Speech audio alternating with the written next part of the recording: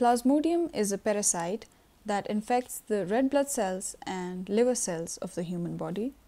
There are about over hundreds of species of Plasmodium, but the 5 most common that cause disease in the humans are Plasmodium falciparum, Plasmodium vivax, Plasmodium malariae, Plasmodium ovale, and Plasmodium knowlesi. Now, there are some blood disorders that naturally give a person or the patient advantage by protecting from Plasmodium or malarial infection. They are thalassemia, mainly the alpha type, G6PD deficiency, because we know that G6PD protects against oxidative stress and Plasmodium also depends on it, and also in sickle cell anemia. Now, the sickle cells do not have specific receptors which are needed for the Plasmodium vivax to bind to it and enter the RBC.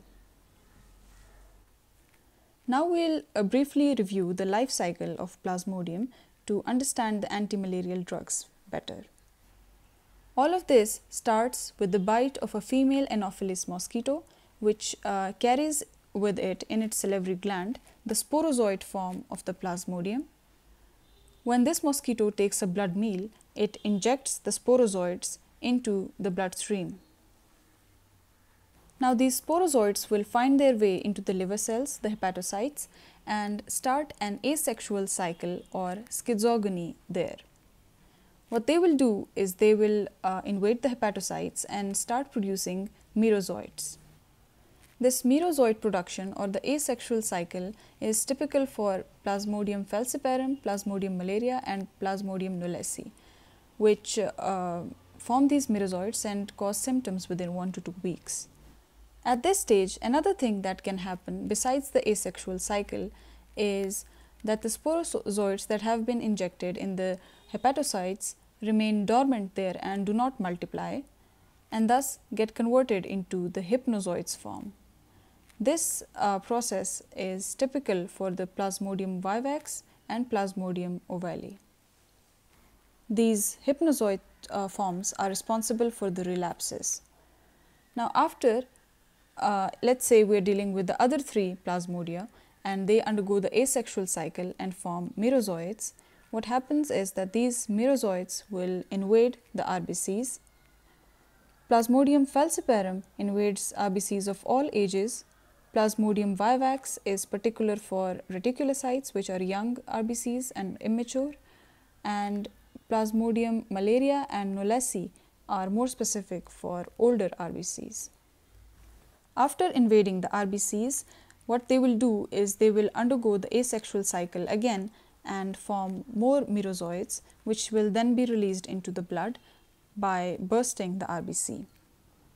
Now, some of these merozoites can undergo gametogony, that means they will form gametocytes, both male and female, and these gametocytes can then be ingested by a female Anopheles mosquito again. In the gut of the mosquito, both of these gametes will fuse, leading to the formation of a zygote and then an oocyst, which will rupture in its gut and thus release sporozoites, which will then go and colonize the salivary gland and thus repeat the cycle. From this cycle, we can see that we have many targets to kill the Plasmodium, and there are many drugs that are used for this purpose. First, we will classify them on the basis of the stage of the Plasmodium that they affect, and secondly, we will classify them on the basis of the clinical indication or their use or utility. Depending upon the stage of Plasmodium that these drugs affect, they can be divided into the tissue schizontocidal agents, the blood schizontocidal agents, and the gametocidal agents. Now, the tissue schizontocidal agents will act on the form of the Plasmodia, which enters the liver and has not yet affected the RBCs, or that form that is converted into the hypnozoite form in vivax and ovale. That's why they can be converted into the primary tissue forms and the latent tissue forms. The primary tissue forms being the pre-erythrocytic stage that is in the liver and has not yet affected the RBC, and the latent tissue forms, which are the hypnozoites of the vivax and ovale. The primary tissue form affecting drugs are sulfadoxine and pyrimethamine, proguanil, atovaquone, and primaquine. While those acting on the latent tissue forms or the hypnozoid form, mainly of the vivax and ovale, are primaquine and tefnoquine. Coming to the blood sejontocidal, which will act on the blood forms of the parasite, they can be divided into the rapid acting with high efficacy and slow acting with low efficacy. The rapid acting being chloroquine, artemisinin derivatives, quinine, mefloquine, atovaquone, amodiaquine, and lumefantrine. While the slow acting with low efficacy are proguanil, pyrimethamine and sulfadoxine, and clindamycin. All of these have to be used with a rapid acting agent. The gametocidal agents are artemisinins, primaquine for all the species of Plasmodia, chloroquine and quinine for vivax. All of these will decrease the transmission to mosquitoes and thus help prevent spread of the disease. Now coming to the classification that depends on the clinical indication or utility, they can be divided into those that are used for prophylaxis, causal prophylaxis, for suppressive prophylaxis, clinical cure, to prevent relapses, and to decrease the transmission to mosquitoes and prevent spread of disease. One thing to remember is that we don't have a drug for the sporozoid form of the Plasmodium. For causal prophylaxis, we use the drugs for pre-erythrocytic stages of Plasmodium in the liver. These drugs can include proguanil, which is mainly for falciparum, and primaquine, that is for all the species of Plasmodium, but it is toxic. And that's the reason that it is not that well used in prophylaxis. For suppressive prophylaxis, we know that the RBCs have been infected, but we suppress the erythrocytic phase so that the RBCs do not burst and there are no clinical symptoms or clinical disease does not start. These drugs are chloroquine, mefloquine, and doxycycline. In cases of pregnancy, we cannot use tetracycline, so we can use clindamycin. For clinical cure of active malarial infection, we also need to suppress the erythrocytic phase of the Plasmodium because we know that the main clinical symptoms and the disease actually is due to the bursting of RBCs. So in clinical malaria or active malaria, we use rapid and slow blood sejontocidal agents. Now we know that the relapses of malaria are due to the hypnozoid form that is present in the liver and is mainly in the infections by vivax and ovale. And this is actually to prevent relapse, we do a radical cure, and for that we use a blood sejontocidal with primaquine, which is a tissue sejontocidal as well, that is, it will kill the hypnozoid form as well. So that's how we prevent relapses of malaria. And we do know that spread of malaria is due to the gametocide, the sexual cycle, and for that we need to use gametocidal agents so that there is no transmission to the mosquitoes and thus spread of disease is inhibited. The main drug that can be used here for all the malarial types is primaquine. Now we'll study all of these drugs in detail but with a slightly different classification. We'll divide them into the quinine-like drugs or the quinolone derivatives, the artemisinins and their derivatives, both semisynthetic and synthetic, the aryl alcohol derivatives, antifolates and antimicrobials. The first drug we'll discuss from the quinolene derivatives and the quinine-like drugs is chloroquine. This is a blood schizontocidal agent, as we've discussed previously. Its mechanism of action is by being taken up in the acidic vacuoles of the Plasmodium, and as it is a weak base, it will get concentrated in the acidic vacuoles of the parasite, and this parasite is actually converting heme into hemozoin, because heme is toxic to Plasmodium, but this chloroquine will inhibit this conversion of heme into hemozoin, and thus this chloroquine heme complex will damage the plasmodial cell membrane and thus kill it. Chloroquine also has anti-inflammatory properties, and it has been used in rheumatoid arthritis. Chloroquine has good oral absorption and as well as parenteral administration. It has strong affinity for melanin containing tissues. It has extensive tissue binding, and therefore in order to achieve an effective therapeutic concentration, we need to administer a loading dose. It gets concentrated in various organs such as liver, spleen, kidney, lungs, skin, etc. Its metabolism is in the liver and it is excreted slowly in the urine. Regarding the side effects, on IV administration, it can cause hypotension, confusion, arrhythmias, convulsions, and even cardiac arrest. As I said, it can be used in rheumatoid arthritis. That means it will be used in a prolonged manner. That's why it can cause retinopathy and ototoxicity in that case. It should not be given with epileptics because its own side effect is convulsions and it will enhance that effect. And it should also not be given with Mefloquine, which also precipitates seizures, although it is safe in pregnancy. It is a drug of choice for acute attack of malaria because it is a blood schizontocidal, and it is also used prophylactically with Primaquine for radical cure of malaria.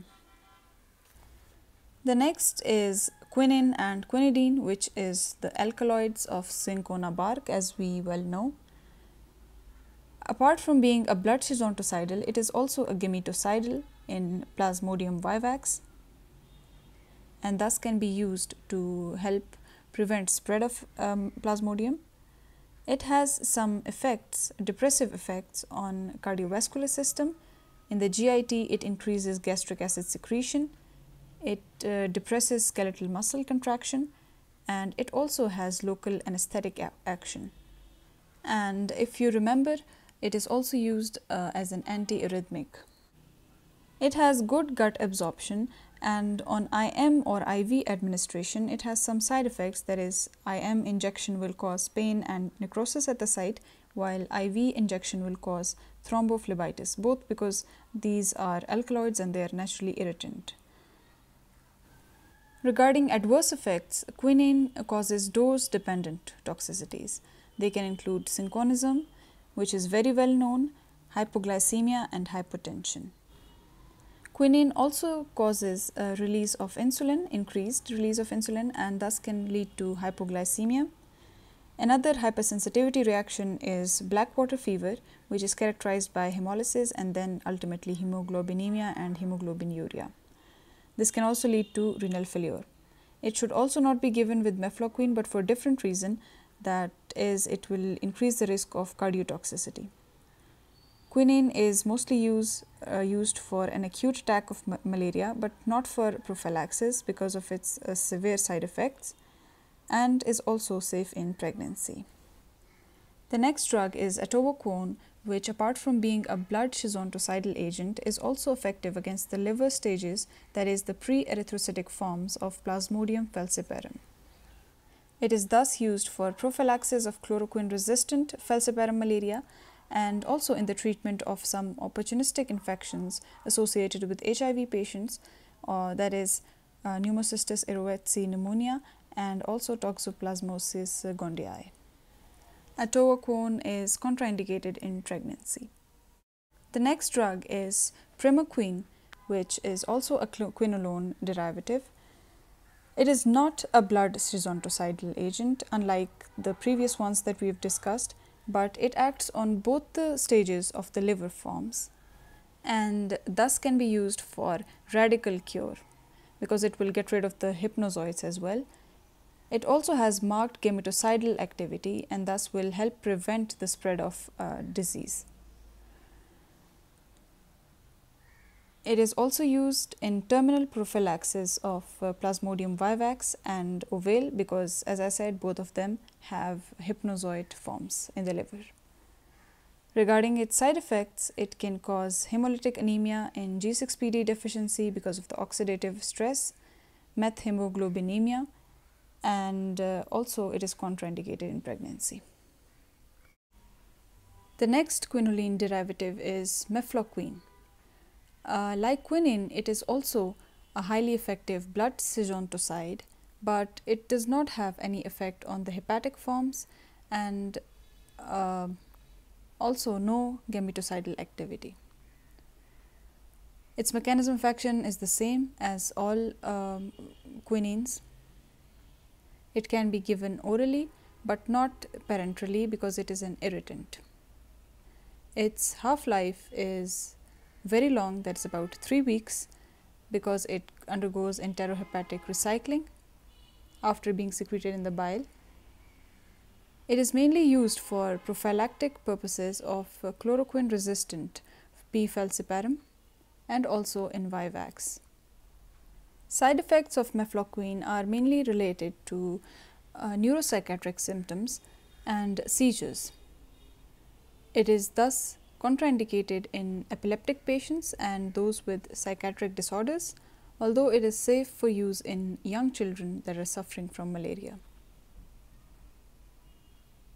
Lastly, we have tafenoquine, which apart from being a blood schizontocidal agent, also has activity against the latent tissue forms, that is the hypnozoite form of P. vivax.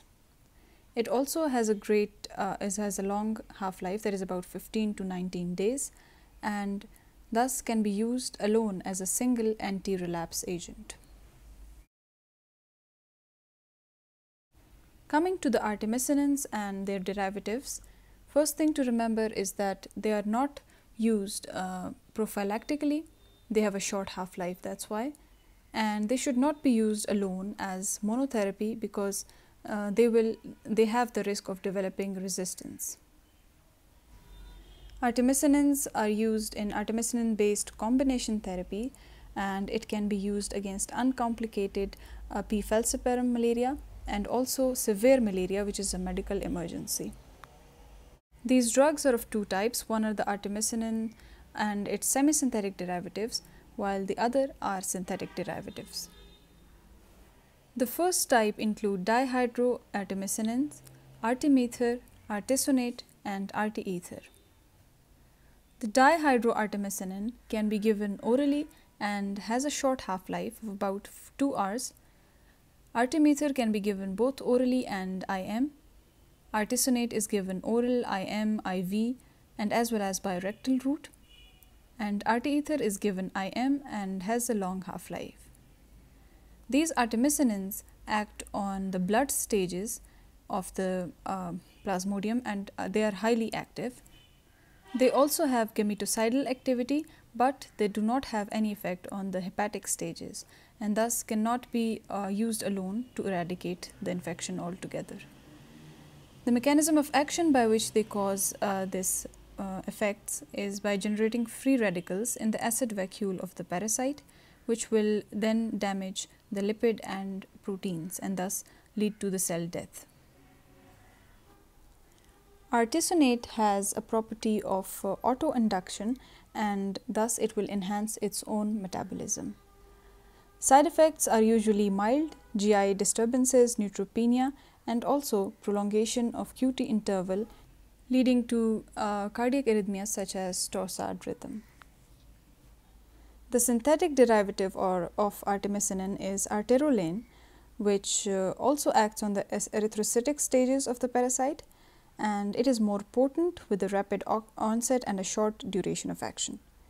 It is usually combined with piperacillin and has been found effective for the treatment of Plasmodium falciparum malaria.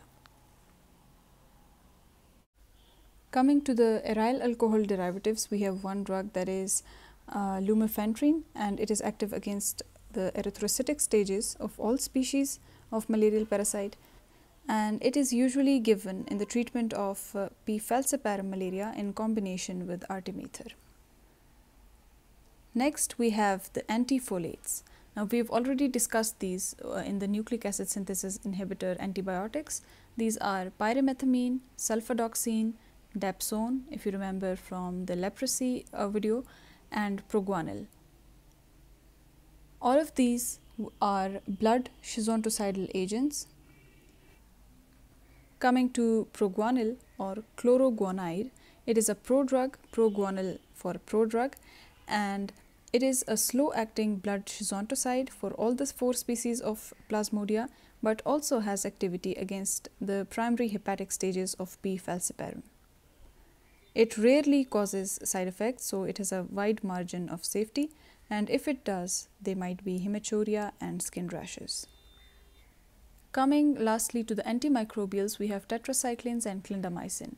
Among the tetracyclines, we can use doxycycline for chemoprophylaxis of multi-drug resistant strains of malaria. And if tetracyclines are contraindicated because they are contraindicated in pregnancy and children, then we can use clindamycin.